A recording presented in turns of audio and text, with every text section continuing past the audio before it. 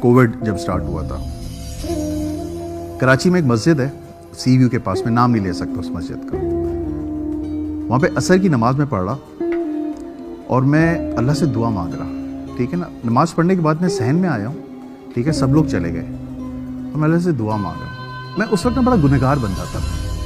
मैं जब भी कोई गुनाह करता था ना, रात को घर जाता, 2 रकात नमाज पढ़ता था, अल्लाह से दुआ मांगता था, या अल्लाह मैं हूँ नहीं ऐसा, मुझे बचा, मुझे बचा। करते करते करते फिर एक वक्त आया, मैं असर की नमाज पढ़ने के बाद बाहर आके दुआ मांग रहा था सहन में, और सहन बहुत बड़ा है उसका, सब लोग जा चुके हैं। मैं दुआ मांग रहा हूँ, फ्रॉम नोवेयर एक यूँ हाथ आता है मेरे ऐसे, सीरियसली मेरे रोंगटे खड़े हो जाते जब मैं वाकया सुना रहा हूँ। मैं पीछे मुड़ के देखता हूँ, खड़े हो गए ना। सीरियसली अभी तो कुछ भी नहीं है, अभी आप जब एंड सुनेंगे ना तो आप वाकई में बोलेंगे कि ये है नमाज की ताकत। जब मैंने पीछे मुड़ के देखा तो एक शख्स कहता है, जो मैंने जी अस्सलाम वालेकुम, कहते जो तू मांग रहा है ना तुझे जिंदगी भर नहीं मिलेगा। अच्छा, मैं समझा होते हैं ना बहुत से लोग व्यंजन बेचने के पैसों के चक्कर में बात करते हैं। मैंने कहा आपको क्या चाहिए? कहता ये बता तुझे क्या चाहिए। मैं समझा नहीं आप कहना क्या चाह रहे हैं। कह रहे बेटा जो अभी तू आया है दुनिया की मोहब्बत में नमाज पढ़ने, जिस दिन तू खुदा की मोहब्बत में नमाज पढ़ने आएगा ना, तेरे हाथ उठाने से पहले तेरी दुआ कबूल होगी। मैंने कहा मैं नहीं समझ पा रहा। कह रहे काम कर, तू फिर से वुजू कर, फिर से असर की नमाज पढ़ और अल्लाह से कह कि अल्लाह ताला मैं तेरी मोहब्बत में पढ़ रहा हूँ नमाज, मुझे जो मैं दुआ मांग रहा हूँ ना वो मेरी दुआ कबूल कर लो। वो बड़ी खतरनाक दुआ थी मेरी। कोविड था, 1 साल के लिए सब कुछ बंद हो गया था। यार अगर तेरी दुआ कबूल हो जाती ना तो फिर तूने पीछे मुड़ के नहीं देखना, जो तेरी पीछे वाली लाइफ है मत देखना उसको। मैं उस शख्स को यूं देख रहा हूँ। मैंने कहा मैं दुआ कंप्लीट कर लूँ? कहता हाँ कर। जुगन ये शख्स यहाँ बैठा हुआ है और मैंने सिर्फ दुरूद शरीफ पढ़ा, अल्लाहुम्मा सल्ली अला मोहम्मद व अला आली मोहम्मद, और मैंने यूँ हाथ फेरे और मैंने पीछे मुड़ के देखा बंदा गायब। सहन बहुत बड़ा है। सामने मौजन साहब खड़े हुए थे। मैं मौजन साहब के पास गया। मैंने मौजन साहब, जो शख्स मैं अभी जिस शख्स से बात कर रहा था वो किधर है? वो कहते हैं कि बेटा मैं यही देख रहा हूँ तू बातें किससे कर रहा था। या अल्लाह, मेरे रोंगटे खड़े हो रहे। कह रहे मैं यही देख रहा हूँ तू बातें किससे कर रहा था। मैंने मजाक ना करें, सही बताएं। कहते एक काम करो, इमाम साहब से जाके मिलो। जुगन मैं इमाम साहब के पास गया हूँ। मैंने इमाम साहब को पूरा वाकया सुनाया और उन्होंने कहा बेटा जो उसने कहा है ना वो कर और पीछे मुड़ के ना देखना। फिर जब इमाम साहब ने ये कहा ना पीछे मुड़ के ना देखना, मैंने उसी वक्त उनको रोका। मैंने 1 मिनट, उस शख्स ने भी यही बात की थी जो आप कह रहे हैं, मुझे बताएं ये माजरा क्या है?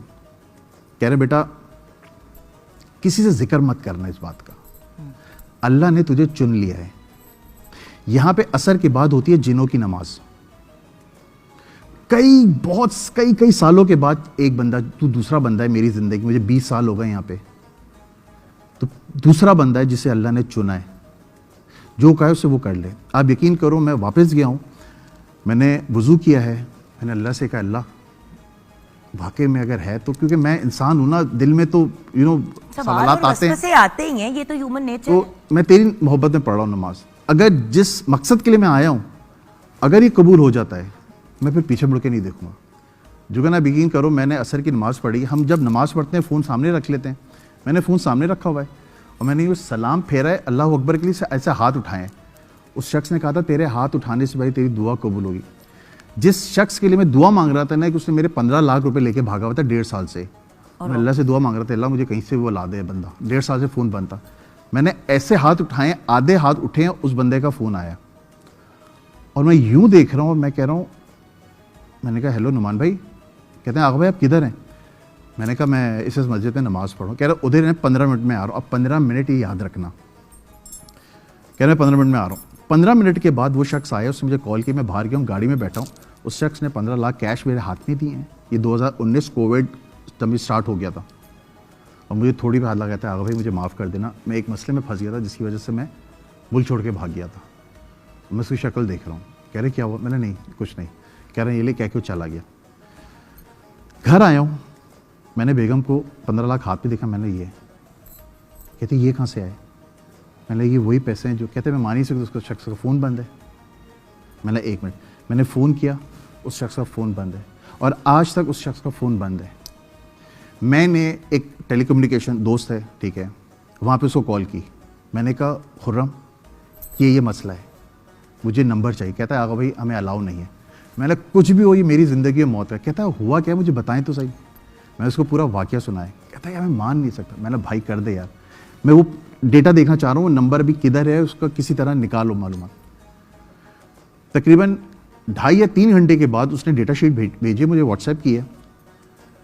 उस नंबर से पहले मेरी मदर की कॉल थी कि किधर हो तुम। मैंने कहा मैं नमाज़ पढ़ के आ रहा हूँ। और उसके बाद मेरी वाइफ की कॉल थी। वो ना वाइफ कॉल करते हैं आते हुए, 1 किलो दही ले आइएगा, ये ले आइएगा, वो ले आइएगा। बीच में जो 15 मिनट की कन्वर्जेशन थी ना, जो कॉल आना ये सब, वो नहीं था सिस्टम में। वो 15 मिनट जो मेरी लाइफ में जो भी कुछ हुआ है वो सब चीज़ें मिट चुकी हैं। और उस बंदे से फिर आपका वो जो नुमान भाई है उनसे ना आज आपकी तक- बात हुई ना मुलाकात आज तक हुई? फोन बंद है। यानी कि 4-5 साल से आपने नहीं है, बंद है सब कुछ। उस वक्त मैंने देखा नमाज की ताकत क्या चीज़ होती है। बस उसके बाद से मैंने पीछे मुड़ के नहीं देखा।